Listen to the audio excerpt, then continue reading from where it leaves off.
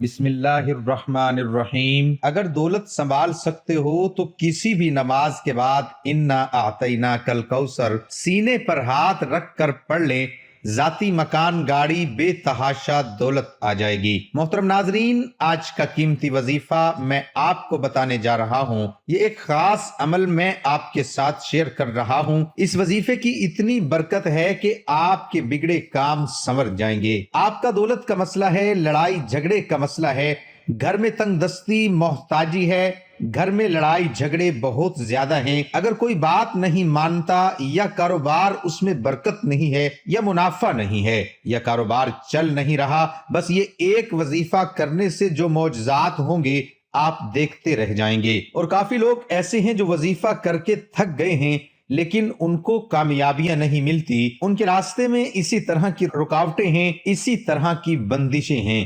تو ان کے لیے بھی یہ عمل ہے، وہ بھی اس وظیفے کو کر لیں تو انشاءاللہ اللہ پاک ایسا معجزہ فرمائیں گے، اللہ پاک ایسا کرم فرمائیں گے کہ تمام مشکلات، تمام پریشانیاں ختم ہو جائیں گی۔ آج کے دن یہ خاص وظیفہ کیجئے۔ اس سورت کو پڑھنے والا آج تک کبھی کسی حاجت سے محروم نہیں رہا۔ اس آیت کو پڑھنے والے کو مانگنا نہیں پڑتا اور اسے مل جاتا ہے۔ میرے بھائیوں، نبی کریم صلی اللہ علیہ وآلہ وسلم نے فرمایا، اے عبداللہ بن قیس، کیا میں تمہیں جنت کے خزانوں میں سے ایک خزانے کے متعلق نہ بتاؤں؟ میں نے عرض کیا، یا رسول اللہ صلی اللہ علیہ وآلہ وسلم، کیوں نہیں، ضرور بتائیے۔ تو آپ صلی اللہ علیہ وآلہ وسلم نے فرمایا، تم کہو لا حول ولا قوت الا باللہ، نہ گناہ سے بچنے کی ہمت ہے، نہ نیکی کرنے کی طاقت مگر اللہ کی توفیق صحیح ہے۔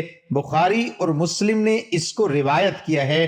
تو میرے بھائیوں، آج کا یہ جو وظیفہ ہے، اس کو کتنی تعداد میں پڑھنا ہے، کس وقت پڑھنا ہے، اور اس وظیفہ پڑھنے سے کیا کیا فوائد آپ کو ملیں گے، آج کی اس خاص ویڈیو میں ہم آپ کو اس کے متعلق سب کچھ بتائیں گے۔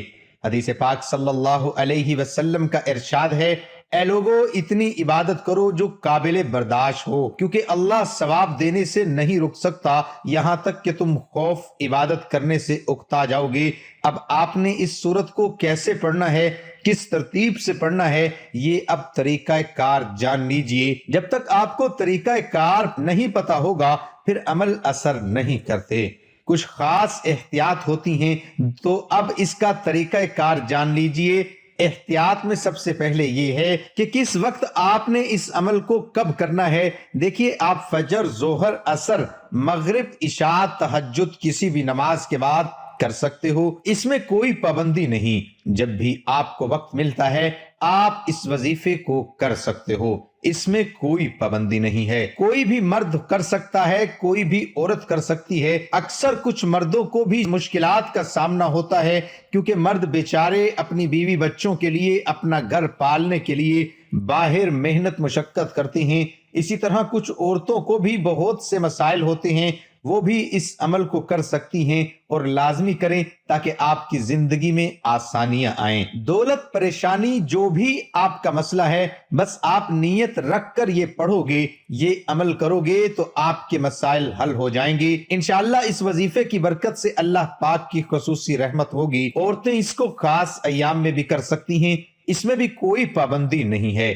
اگر پہلے آپ کوئی عمل کرتے ہیں، کوئی وظیفہ کرتے ہیں، کوئی تسبیح کرتے ہیں، اس کے فوراً بعد بھی اس عمل کو کیا جا سکتا ہے، اس میں بھی کوئی پابندی نہیں ہے۔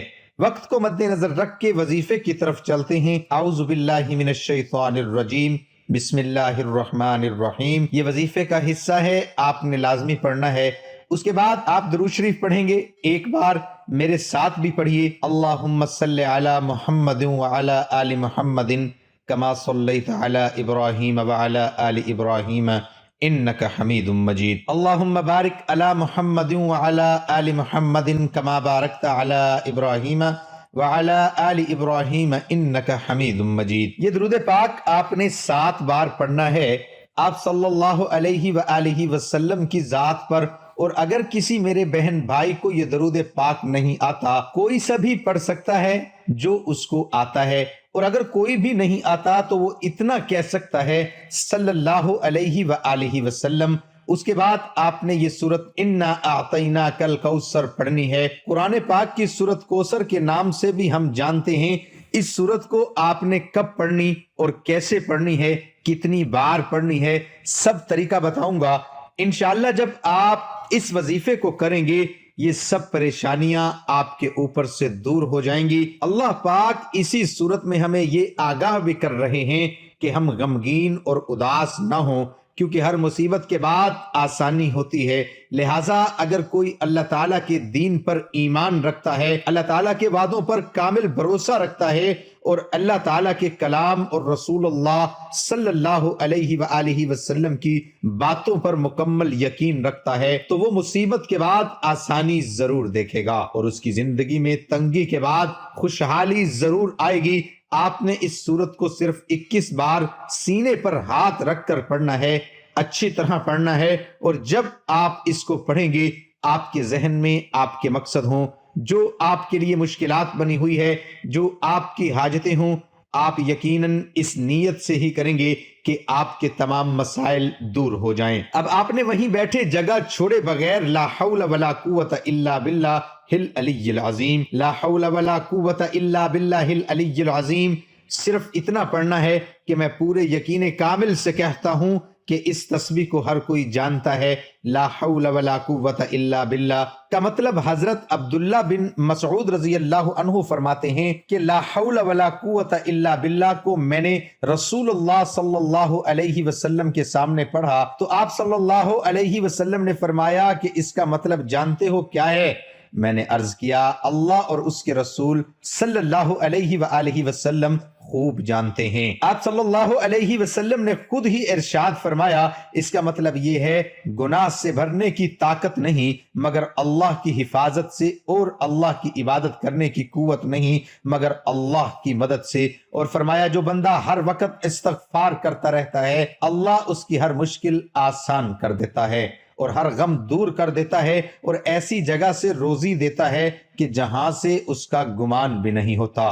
اس کی آپ نے 100 دانوں کی ایک تسبیح کرنی ہے۔ اس کے بعد آپ نے دعا کرنی ہے سبحان اللہ یا رب کریم، یا اللہ آپ کو اپنی شان کریمی کا واسطہ ہم گناہ گاروں پر اپنے گھر کے دروازے بند نہ کر، ہم سیاکار ہیں لیکن ہیں تو تیرے ہی بندے، تیرے سوا ہمارا کوئی سہارا نہیں۔ یا ذوالجلال والاکرام ہم تجھ سے اپنے گناہ کی معافی مانگتے ہیں، جو تنہائی میں کیا یا محفل میں کیا، نادانی میں کیا یا انجانے میں کیا، اللہ اپنی شان کریمی کے صدقے، اپنے کعبہ کی عظمت کے صدقے معاف کر دے۔ تمام دوستوں سے گزارش ہے کہ اللہ تعالیٰ کے 99 ناموں میں سے ایک نام ضرور ٹائپ کریں۔ اللہ ہم سب کا حامی و ناصر ہو۔ اللہ حافظ۔